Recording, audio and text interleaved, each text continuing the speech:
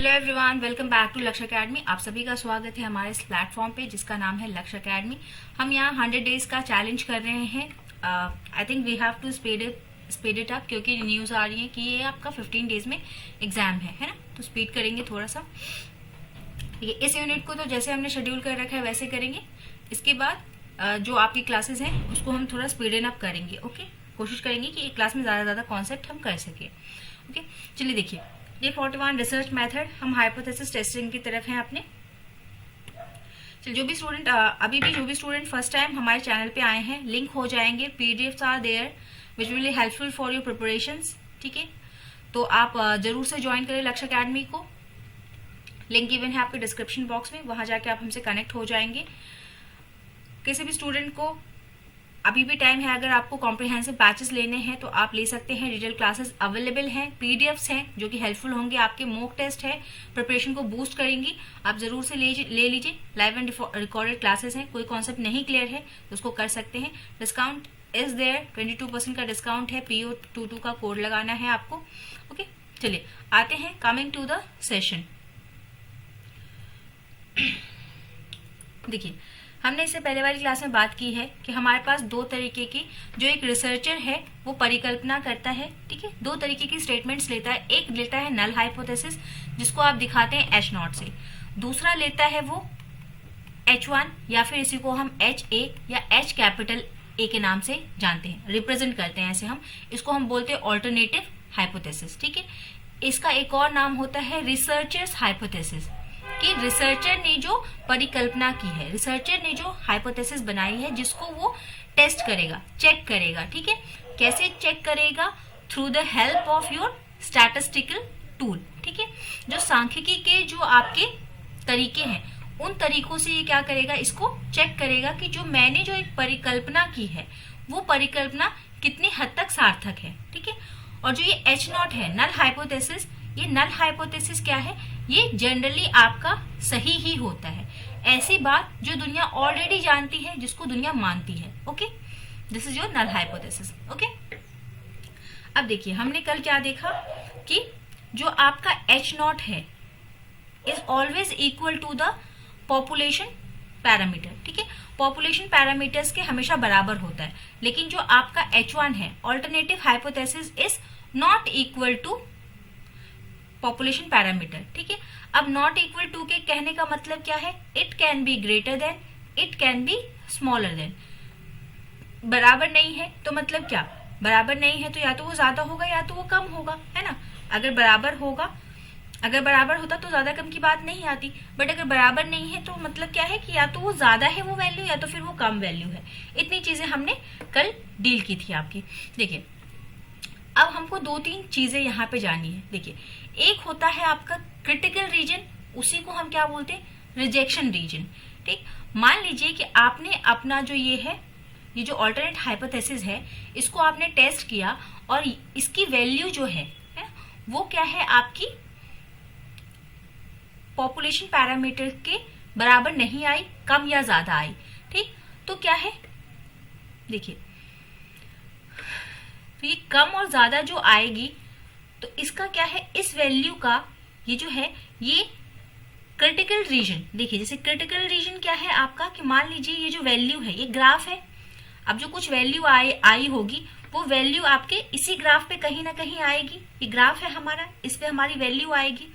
तो अगर ये वैल्यू इधर कहीं आ जाए, ठीक ना, या फिर इधर कहीं आ जाए, जैसे देखिए क्लियर नहीं हो रहा होगा, देखिए, या तो आपकी वैल्यू यहां से यहां तक में कहीं आ जाए, है ना, ये इस वाले रीजन में आपकी वैल्यू आ जाए, या फिर इस वाले रीजन में आ जाए, तो हम क्या बोलते हैं कि ये क्या है आपका?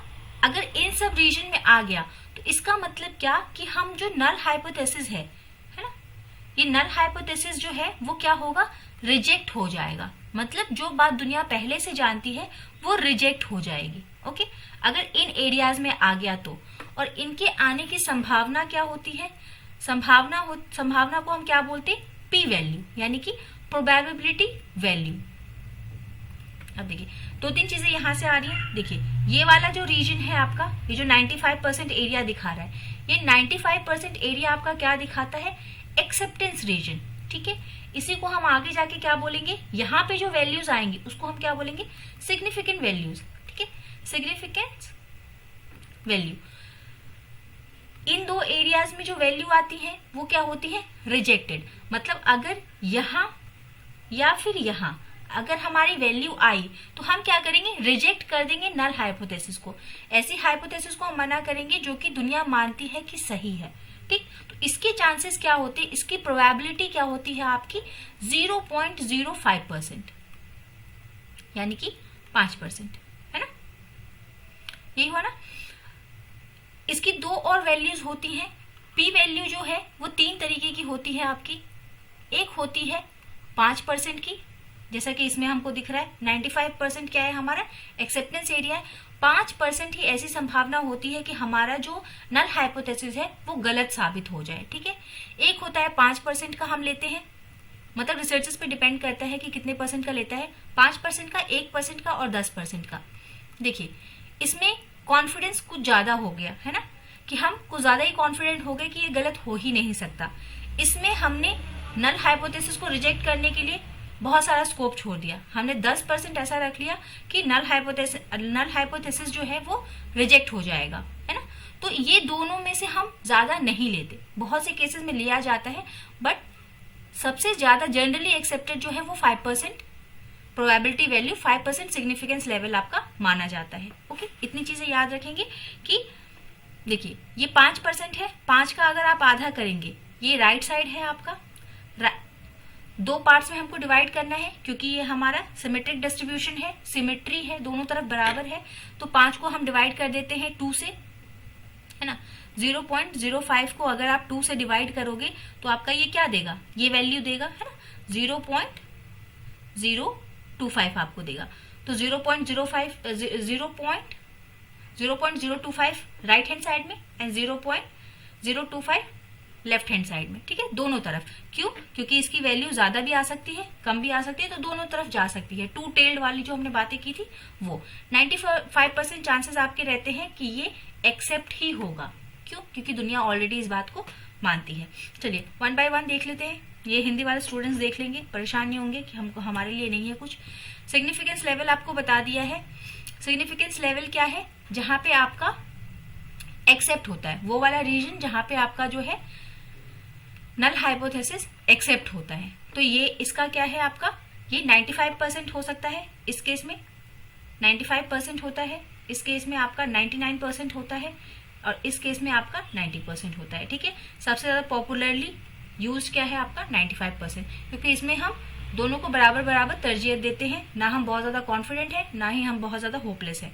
ओके, क्रिटिकल वैल्यू, वो वैल्यू जो कि आपकी क्रिटिकल रीजन में फॉल करती है उसको हम क्रिटिकल वैल्यूज बोलते हैं ना। अगर कोई वैल्यू इतने एरिया में आ जाती है या फिर इतने मतलब रिजेक्शन एरिया में अगर कोई वैल्यू आती है तो उसको हम क्या बोलते हैं, क्रिटिकल वैल्यू बोल देते हैं। ओके, अब देखिए टेल्स वाली बात जो हमने कही, अल्फा को हमने दो बराबर भागों में बांटा, ठीक है। तो अल्फा हमारा क्या आ गया, ये एरिया इस एरिया में रिजेक्ट हो सकता है क्योंकि ये क्रिटिकल एरिया है, रिजेक्शन एरिया है। या तो यहाँ रिजेक्ट हो सकता है या तो यहाँ रिजेक्ट हो सकता है। वैल्यू अगर हमारी यहाँ आ गई तो रिजेक्ट हो जाएगा नल हाइपोथेसिस, या फिर इधर आ गई तो रिजेक्ट हो जाएगा, बट इस एरिया में कभी भी रिजेक्ट नहीं हो सकता, ठीक ना। फेल टू रिजेक्ट मतलब क्या, कि हम इसको एक्सेप्ट ही करेंगे। हमने 2 पार्ट्स में बांटना आपको बता दिया है, प्रोबेबिलिटी को पार्ट्स में डिवाइड करेंगे तो हमारा कितना आ जाएगा, दोनों तरफ हमारा 0.25 करके आ जाएगा। ये नेगेटिव टेस्ट के लिए, ये पॉजिटिव टेस्ट के लिए, okay, negative and positive values के लिए है।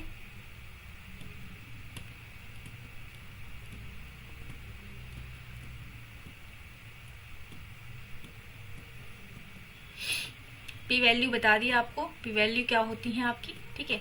अब देखिए, अब ये जो हमने रिजेक्शन एरिया एक्सेप्टेंस एरिया देखा, इसके बेसिस पे हम अब क्या है बात कर लेते हैं कि अब जो हमने रिजेक्ट कर दिया या एक्सेप्ट कर लिया, हमने हाइपोथेसिस बना लिया, उसको टेस्ट कर लिया, अब उसकी ग्राफिंग भी कर दी, हमने रिजेक्ट भी कर दिया हाइपोथेसिस को, रिजेक्ट करना था तो रिजेक्ट कर दिया, एक्सेप्ट करना था एक्सेप्ट कर दिया, ऑन द बेसिस ऑफ जितने भी हमने टेस्ट किए हैं, वो सारा जो भी हमने स्टैटिस्टिक्स लगाया है उसके बेसिस पे रिजेक्शन या एक्सेप्टेंस हमने जो भी किया वो हो गया।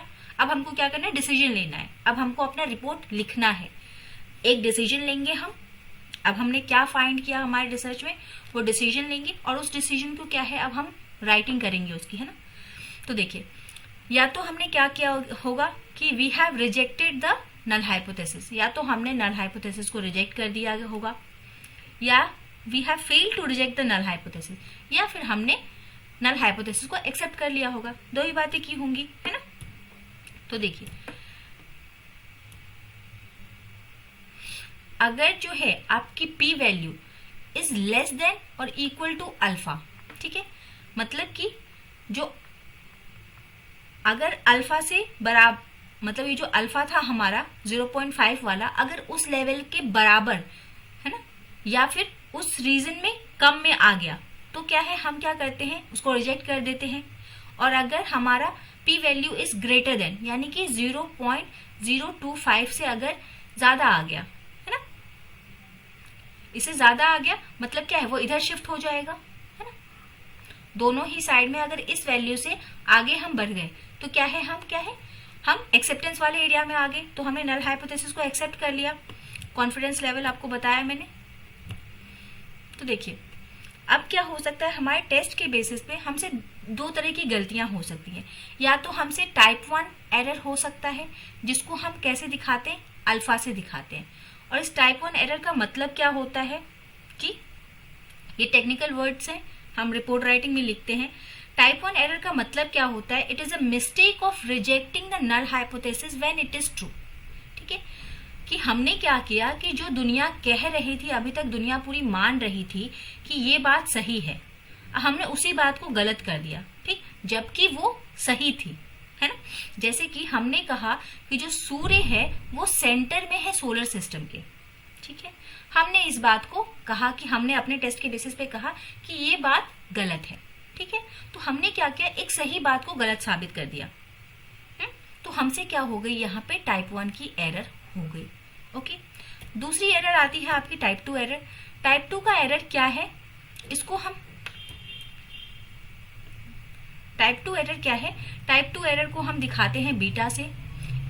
इसमें हमसे क्या गलती होती है कि वी, यहाँ पे मिस्टेक कैसी है, फेलिंग टू रिजेक्ट, मतलब हमने एक्सेप्ट कर लिया नल हाइपोथेसिस को व्हेन इट वाज फॉल्स। जैसे कि हम कहते हैं कि जो प्लैनेट जो है वो गोल गोल घूमते हैं, ठीक है, लेकिन वो गोल नहीं घूमते, वो स्पायरिकल मोड में घूमते हैं, ठीक है।